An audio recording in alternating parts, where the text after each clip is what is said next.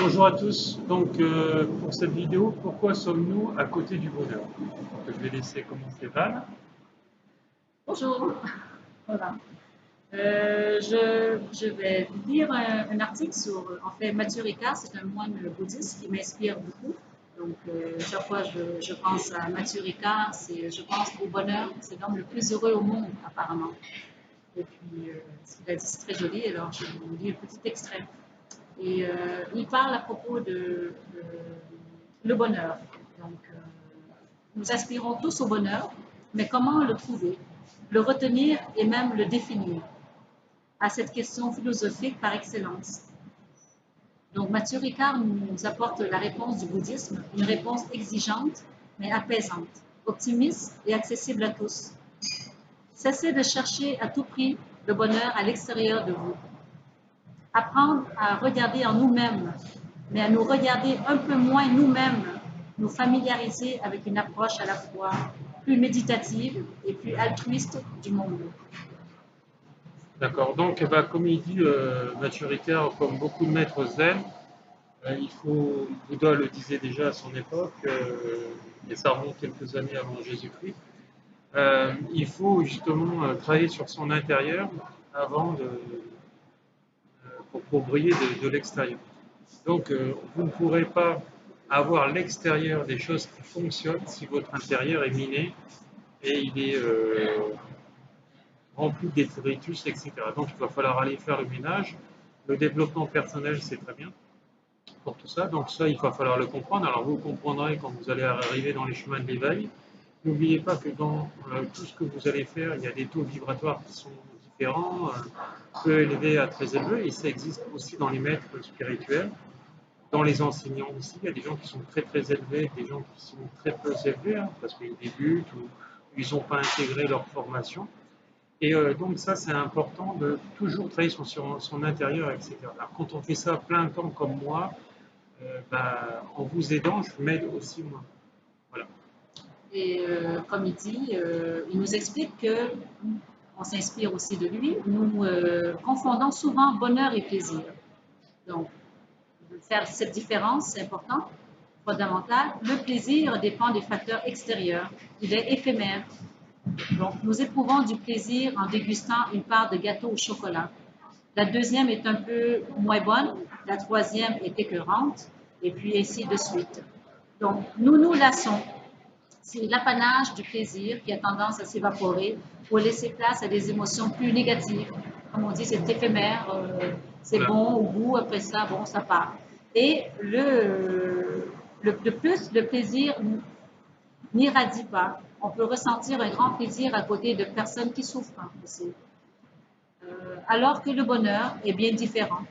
Le bonheur, lui, C'est encore la perception des choses. oui, le bonheur, c'est un bien-être. On en revient toujours à la même chose, c'est la perception que vous allez avoir au moment donné du plaisir ou du malheur que vous allez avoir ou voir des autres, etc.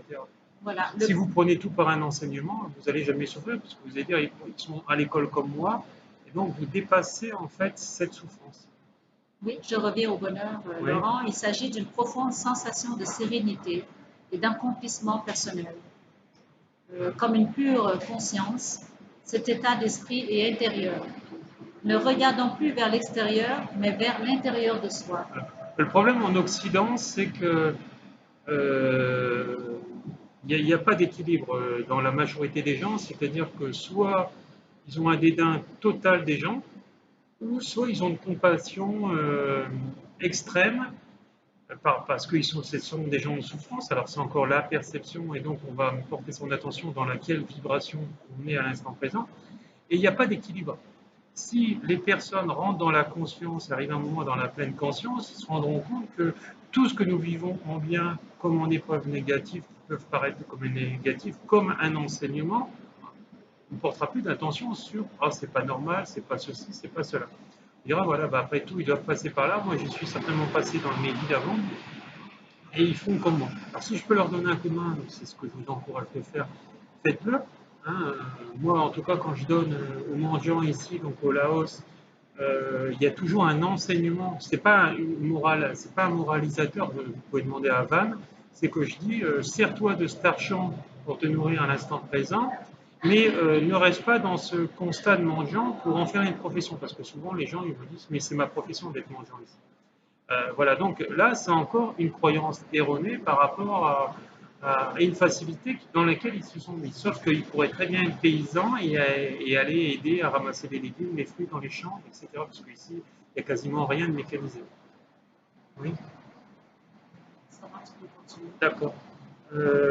Donc, alors, on en revient toujours à la même chose. Donc, c'est la perception dans laquelle vous allez être qui va créer cet égrégore positif ou négatif. Donc, si vous avez décidé d'être heureux, c'est pour ça. Donc, quand vous êtes perdu, il suffit de voir tout ce qui marche dans votre vie et voir quels sont les petits outils qui vous ont fait réaliser ceci dans ces facettes d'âme et de les récupérer, de les noter sur une feuille de papier et de venir les alimenter maintenant dans ce qui ne marche pas dans votre vie, en apprenant à percevoir autrement là où vous êtes tombé, c'est-à-dire là où vous n'avancez pas, là où vous êtes immature, et en y croyant déjà en le verbalisant, en le visualisant et en y croyant absolument. Et à partir de ce moment-là, en fait, vous allez changer d'énergie et à vous, des nouvelles synchronicités de vie, des rencontres, etc., vont venir vous apporter et attirer enfin à vous tout ce qui n'allait pas jusqu'à présent. Voilà. Donc vous allez régler le problème. C'est vrai qu'il y a beaucoup de recettes de bonheur innovant dans les livres, Oui. dans la télévision, depuis tant de succès depuis quelques années. Donc, on aspire tous au bonheur. Hein. Voilà, moi, inspirez-vous des choses qui marchent chez les gens. C'est Ouais. ce que je dis. Moi, j'ai connu des gens, ils n'arrivaient pas à payer leurs factures, ils ont divorcé, et du jour au lendemain, ils ont changé d'égrégore. Et la nouvelle femme, le nouveau mari, parce qu'après, ils ont travaillé sur eux, etc., a été complètement différente. Et de là, bah, plus jamais ils ont été dans la cave et ils n'ont jamais manqué d'argent. Donc, vous voyez, donc après, il suffit d'y croire, etc., et pas de rester avec des personnes plombées. Alors, il faut couper les concerts parfois, mais il faut aussi travailler sur soi. Si vous ne faites que couper, vous n'obtiendrez pas ce qu'il vous faut. Laurent, le bonheur, pourtant, c'est simple. Pourquoi les gens les compliquent? Alors, les gens se compliquent le bonheur parce qu'ils vont rester dans la perception de la souffrance, de la jalousie, de la haine, qu'ils vont en voir vers l'autre. Par exemple, il a une belle voiture, il a une belle femme. Moi, par exemple, j'ai l'inverse, j'arrive pas à voir ça. Et donc, ces gens qui ils ne sont pas dans la réussite personnelle, dans différentes facettes immatures de leur âme, vont dire ah, c'est pas normal. Voilà. Et donc, le pas normal, vous allez que l'amplifier dans votre vie. Et donc, au lieu d'avoir enfin à vous quelque chose euh, qu'il vous faut, bah, vous allez vous auto-plomber, donc vous tirez une balle dans le pied. Voilà, donc c'est pareil, hein, des femmes par exemple ou des hommes qui trouvent l'amour, ou voilà, une relation qui pourrait marcher, ils vont s'auto-saboter en disant tu m'as dit ceci, tu m'as dit cela, sauf que bah, la personne ne vous a rien dit, c'est les peurs de ces personnes-là. Mais il y a des gens aussi qui sont dans l'éveil spirituel, qui ont fait des formations en Reiki. Alors c'est pour ça que je vous dis, n'allez pas voir n'importe qui dans les énergéticiens, même dans les psychothérapeutes. Allez voir des gens qui réussissent leur vie, puisqu'ils auront des taux vibratoires hyper élevés. Voilà. Tu as encore quelque chose à dire là? Oui, en fait, comment trouver la bonne attitude qui sera efficace pour que je puisse conserver ce bonheur qui est tant que tout le monde aspire. Bah déjà, dans un premier cas, il faut l'avoir. Donc, en faisant un travail sur soi, c'est ce que je dis. Donc, si vous n'y arrivez pas seul, bah, faites appel à moi, on fera des psychothérapies ou des soins énergétiques qui vont vous augmenter votre taux vibratoire. On va conscientiser ce qui ne va pas dans votre vie, mettre de la lumière dessus et voir comment on peut l'obtenir. Et à partir de là, on va rationaliser. C'est ce que dit déjà Sénèque dans tous ses écrits. Vous connaissez, c'est un philosophe, etc., qui est décédé maintenant. Parce qu'en fait de compte, il faut rationaliser dans l'ordre de priorité. C'est-à-dire, quand on travaille ces épreuves, il va falloir les travailler par ordre de priorité, de la plus compliquée à la plus facile, pour alléger son sac à dos, son lot de fardeau, son lot d'épreuves par l'enseignement, etc. Donc, comme ça, il va falloir déjà les comprendre, mettre de la lumière dessus et la transformer en lumière, en réapprenant à parler aux autres, aux gens, convenablement avec la voix de l'âme, et en allant lâcher ses émotions hors de son corps, pour justement qu'elles ne restent pas en nous et qu'elles ne deviennent un poison. Voilà. Donc, le bonheur, Laurent, ne vient pas tout seul. Ça demande Ça demande un travail sur soi, une discipline de comment dire, travailler notre esprit. Développement personnel. Oui, ok, d'accord. Et trouver aussi d'autres façons de voir, stratagèmes en fait. Alors, il ne faut pas que ça reste du blabla, hein. Souvent, le coaching, si vous écoutez des coachs, etc., qui vous font des exercices, vous allez peut-être les faire, mais si ça reste au stade de l'exercice et qu'il n'y a pas de remise en question personnelle, etc., de compréhension et de dépassement de vous-même, que seul vous-même allez obtenir aussi, donc par cette compréhension, par cette perception, etc., plus par les soins énergétiques que vous allez vous apporter, parce qu'un coach ne vous apporte pas les soins énergétiques, donc c'est pour ça qu'il faut venir voir aussi des gens comme nous, parce que moi je suis aussi les deux, hein, je suis coach, etc., parce que j'ai une maîtrise en PNL, c'est de la psychothérapie, et en plus venir dans l'énergétique pour remonter son taux vibratoire et se soigner par ses mains, 24 heures sur 24. Un coach simple va vous demander des sommes et des mille, alors parce que malheureusement les formations coaching coûtent très très cher, ça ne vaut rien, hein, je peux vous le dire. Donc, Laurent, tu nous invites à accepter l'inchangeable, par exemple, mais il faut changer notre façon de voir, trouver des outils C'est différents. inchangeable pour celui qui ne veut pas le changer. Souvent, j'entends la vie, elle est dure, voilà, etc. Non, non, la vie, elle n'est pas dure. La vie, elle est dure parce que tu décides qu'elle soit dure ou parce que tu as mal perçu. Hein, c'est comme les gens qui achètent que des voitures et au bout de quelques semaines ou quelques mois, elles tombent en panne sans arrêt. Il n'y a pas de hasard là-dessus. Hein, c'est par rapport au taux vibratoire de la personne lié dans cette facette-là. Voilà. Et donc, elle est abîmée. Et tant qu'elle ne va pas en prendre conscience et tant qu'elle ne va pas travailler sur elle, eh ben, ça va faire que pareil. Donc, prise de conscience, passer à l'action, hein, à peu Oui. près. Action-réaction, comme je dis souvent. Changer et réinventer les possibles. Voilà, pour. Et s'imaginer que tout est possible. Bien sûr. Voilà. Quand je veux, je crée. Quand je ne veux pas, ben, je me tire une balle dans le pied. Donc voilà, c'est comme ça. Et quand j'ai suffisamment confiance en moi, ben, je suis mon propre patron et j'ai plus besoin de travailler, d'alimenter le système sociétaire, la société actuelle qui me plombe et qui me demande toujours plus de taxes. Donc voilà. Alors, j'ai trouvé, en parlant de bonheur et être heureux et tout, aujourd'hui, c'est positif parce que pour moi, bonheur, synonyme, c'est positif. Et j'ai trouvé ça sur Internet, un petit article, petit extrait que j'aimerais vous le lire, c'est trop beau. Et voilà, c'est être heureux, c'est apprendre à choisir. Non seulement les plaisirs appropriés, mais aussi sa voie, son métier, sa manière de vivre et d'aimer. Choisir ses loisirs, ses amis, les valeurs sur lesquelles fonder sa vie. Très très important. Oui. Bien vivre, c'est apprendre à ne pas répondre à toutes les sollicitations, à hiérarchiser ses priorités. C'est net.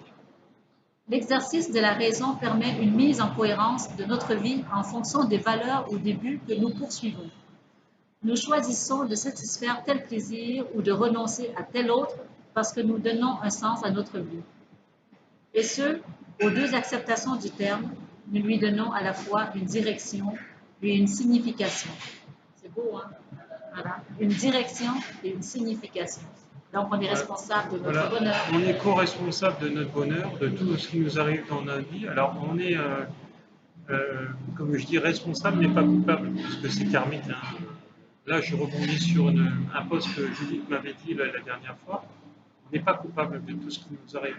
On est juste responsable de travailler ou de ne pas travailler sur nous. Voilà. Après, tout dépend dans quel camp vous allez vouloir être, réussir votre vie ou souffrir. Voilà. Donc, vous allez alléger votre karma, le soigner, le guérir, et puis arriver à un moment donné, bah, vous transcendrez toutes vos épreuves en lumière, et arriver à un moment, en prochaine vie, bah, vous n'aurez plus besoin de revenir. Voilà. Donc, alors, le bonheur ne se fait pas tout seul, il faut qu'on change de façon de penser, bah, trouver d'autres stratégies, oui. Pensée, verbalisation et comportement avec les autres. D'accord, raisonner d'une façon différente Voilà. aussi, pas trop généraliser trop vite. Et on fera une autre vidéo aussi sur les gens qui font qu'aider les gens malades, etc. Alors, focuser notre bonne énergie aux bons endroits et prendre du recul s'il faut. Voilà. Et pardonner s'il faut aussi pour Il ne faut surtout pas reporter votre bonheur sur l'autre ou fuir vos responsabilités de vous-même vers les autres, c'est-à-dire vous occuper des autres sans vous occuper de vous-même. Il y en a plein. Hein. Et puis, comme disait une de mes contacts par Facebook, elle me disait, bah, maintenant ma fille elle est à l'hôpital et tous ceux qu'elle a aidés, ils vont même pas la voir.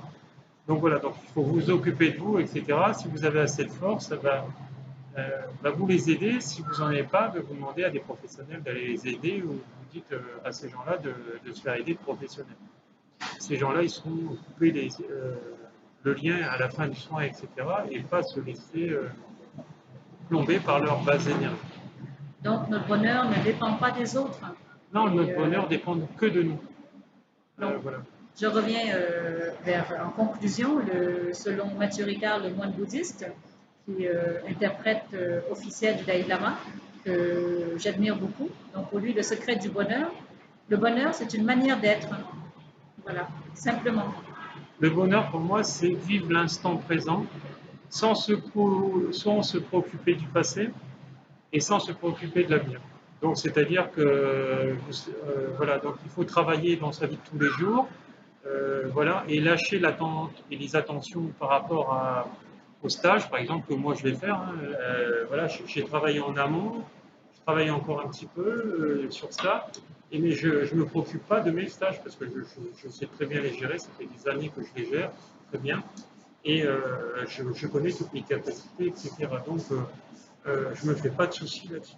Donc voilà, donc à partir de ce moment-là, oui, moi je suis quelqu'un qui est en action tout le temps et qui ne fait jamais d'immobilisme ni de marche arrière. Parce que quelqu'un qui va dire je vais au stage de M. Martel et puis 5 minutes après il dit bah non, je ne viendrai pas pour X raison, parce qu'il va se créer une excuse, voilà, qui n'est pas justifiée parce que il a fait un pas en avant et deux pas en arrière.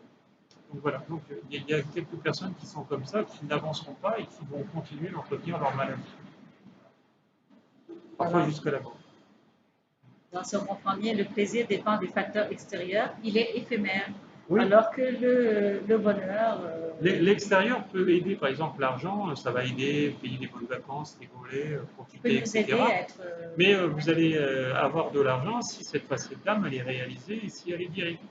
Vous n'aurez pas d'argent, vous n'arriverez pas à payer vos factures tant que vous porterez votre attention là-dessus et vous allez rester dans cette vibration-là. Voilà. Et, voilà. Et donc, ceux sociétairement qui restent dans les métiers sociétaires, c'est pareil. Parce que déjà, la retraite, vous aurez beaucoup moins et puis vous n'arriverez pas à en vivre, etc. Parce que c'est de plus en plus. Dans le bonheur, c'est sensation de bien-être et de sérénité et fluidité. Oui, oui, oui. Oui, ce qu'il faut, c'est apprendre à dire non. Donc, même avec ces métiers sociétaires, non. Et je décide de briller par moi-même avec mes diplômes d'école, ce que j'ai appris, mes outils que j'ai eus à l'école par rapport aux enseignements, plus les outils que je vais récupérer dans des formations, je mets tout bout à bout. Je fais moi-même formateur ou guérisseur ou un autre métier. Et il faut éviter d'avoir des salariés en France parce que vous êtes hyper plombé de charges. Et puis, quitte à réduire l'activité et en vivre voilà, bien. Et à partir de là, bah, vous créez une richesse intérieure qui devient aussi richesse extérieure. Et non l'inverse. Parce que de toute façon, tant que vous travaillez pour la société, vous ne serez jamais riche. C'est bon, Van? Tu n'as plus rien à dire? D'accord. Oui. Bah, merci. Vivez le moment présent et je souhaite plein de bonheur.